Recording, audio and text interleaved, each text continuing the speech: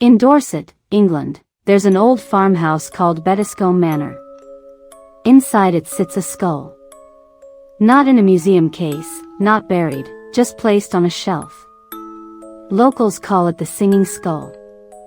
But what it does isn't singing. It's screaming. The story goes back to the 18th century. The manor was owned by the Pinney family, who had returned from the West Indies after years of managing plantations. With them, they brought back the remains of a servant who had died under unknown circumstances during the voyage home. The man had one request before death. He wanted his body returned to his homeland. But instead of honoring his wish, they buried him in the churchyard next to the estate. That night, everything changed. Villagers heard cries coming from underground. The grave cracked.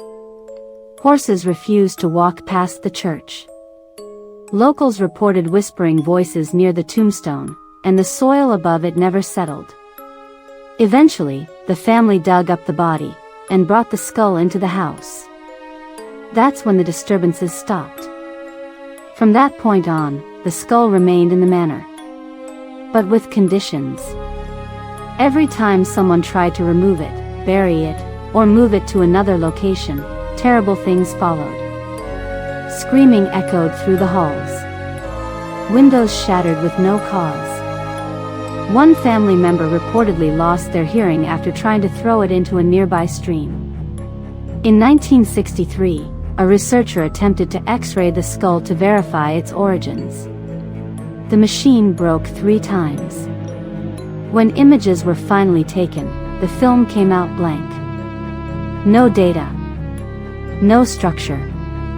As if the skull wasn't there at all. An old note found tucked behind the shelf reads, "Do not place it in silence. It must never be alone." Ever since then, a radio or music box is kept playing near it. No one is allowed to leave the house in total silence. Over time, legend mixed with fear. But visitors to the house say the air changes near the skull. Some hear low humming.